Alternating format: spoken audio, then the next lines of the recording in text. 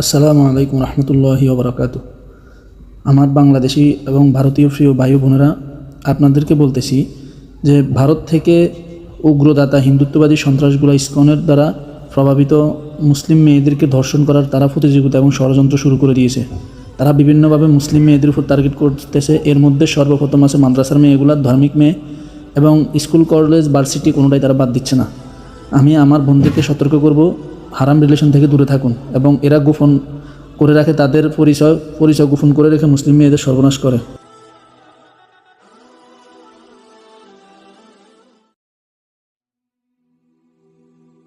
এরা মুসলিম মেয়েদেরকে ট্র্যাপে ফেলতে খুব সহজে ফেলে। এরা সুন্দরভাবে মুসলিম মেয়েদের সাথে কথা বলে যে আপনার ধর্ম আমার ভালো লাগে, আপনার ফর্দা আমার ভালো লাগে, আমি মুসলিম হতে চাই, আমাকে মুসলিম বানাবেন। এক পর্যায়ে মুসলিম মেয়েরা যখন এগুলো শুনে তাদের মন গলে যায় বা তারা ট্র্যাপে পড়ে যায়, তখন আস্তে আস্তে শুরু হয় তাদের কঠিন এক ভয়ঙ্কর মিশন। এরা মুসলিম মেয়েদেরকে তাদের ইসকন মন্দিরে নিয়ে যাবে, ওইখানে সবাই মিলে ধর্ষণ বা গণধর্ষণ করে এগুলো ভিডিও করে রাখবে।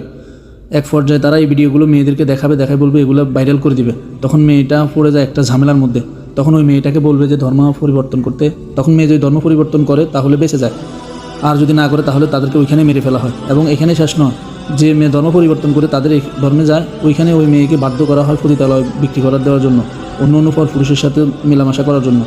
এদের চাল অনেক ভয়ঙ্কর, এদের ষড়যন্ত্র অনেক ভয়ঙ্কর। তাই আমি আমার মুসলিম বন্ধুদেরকে বলবো, আপনি স্কুল কলেজ মাদ্রাসা যেখানে পড়েন এদের থেকে দূরে থাকবেন, দয়া করে এদের থেকে দূরে থাকবেন। কোনো হিন্দু ছেলের সাথে, মুসলিম ছেলের সাথে যেখানে সম্পর্ক করা হারাম, বিয়ের আগে ওইখানে একটা হিন্দু ছেলের সাথে আপনার কী কাজ?